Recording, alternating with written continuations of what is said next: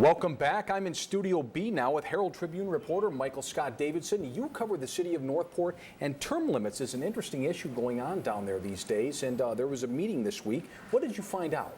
Yeah, well, we had a relatively short commission meeting this week, but it was action-packed. On the issue of term limits, it's something that's been discussed for several months now in the city of Northport. We have Vanessa Carasone, a former city commissioner who's running for an unprecedented third term in office. Right. Just a few months ago, a judge ruled that she could because the city charter, which is in essence Northport's constitution, allows her to do so.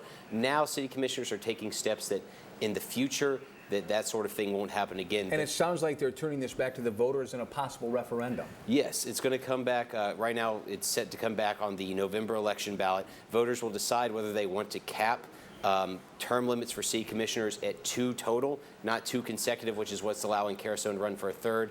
In any future elections, it would be 2 total. So. And that's going to be very interesting. And there's also another candidate that's causing some friction with the city commissioner. What do you know about that issue? Yeah, this was really interesting at the meeting on Tuesday. There was a little bit of sparring back and forth, it seemed, between city commissioner candidate Nick Trolley and sitting city commissioner Cheryl Cook.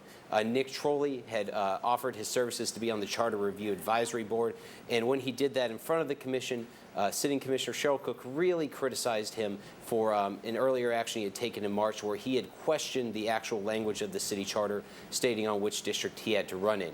So where does this stand now? So the commissioner, a majority of commissioners, 3-2 vote, denied Trolley's application to be on that Charter Review Advisory Board. He's still a candidate. He's still running, but it really kind of set the stage that things are getting heated in this race, and that it's not just going to be hugs and kisses between local candidates. Politics. It's going to be very interesting next few months. Herald Tribune reporter Michael Scott Davidson, thank you so much for keeping us up to date.